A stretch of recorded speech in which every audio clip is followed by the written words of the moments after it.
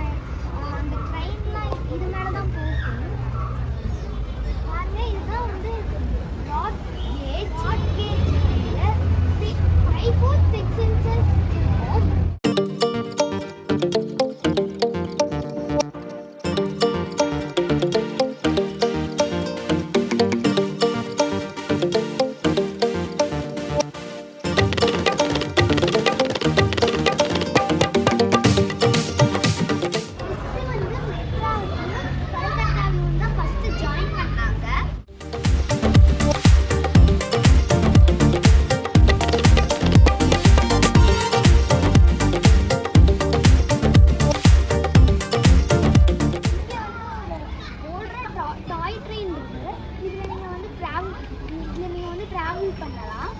அவங்க வந்து ஒரு சும்மா ஒரு ரவுண்ட் மாதிரி கூட்டிட்டு போவாங்க.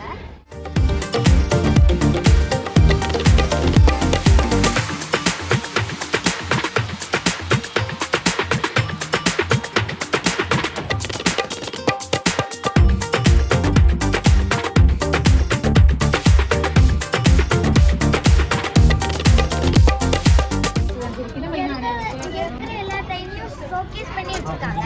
அந்த காலத்துல இது எல்லாம் உண்மையா யூஸ் பண்ணிட்டு இருந்தாங்க. அந்த இப்போ வந்து டீசல் ட்ரெயின் அந்த மாதிரி வந்ததுனோடனே ஸ்டீம் ட்ரெயின்ஸ் வந்து ஸ்டாப் பண்ணிட்டாங்க.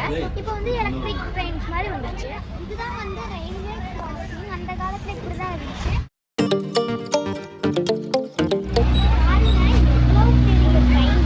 நான் வந்து இப்போ இன்ஜின்ல தான் நின்றுட்டு இருக்கேன். இங்க வந்து கோல் போட்டுட்டு இந்த இன்ஜினை ஹீட் பண்ணி ஓட வைப்பாங்க இந்த ட்ரெயினை.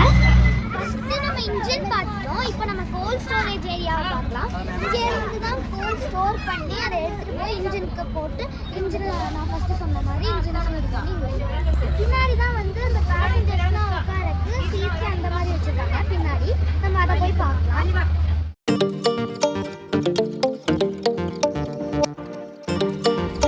பாருங்க, இவர் தான் வந்து டிடிஆர். இந்த கார் வந்து இன்ஸ்பெக்ஷனுக்கு யூஸ் பண்ணுவாங்க.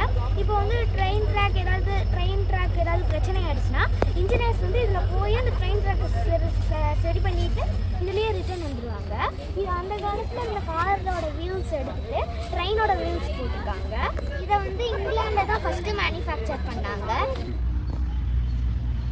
இப்போ வந்து நம்ம இந்த ஸ்டீம் லொக்கோமோட்டிவை பற்றி பார்ப்போம். இதை வந்து இங்கிலாந்து கிட்ட இருந்து 1922 வாங்கியிருக்காங்க.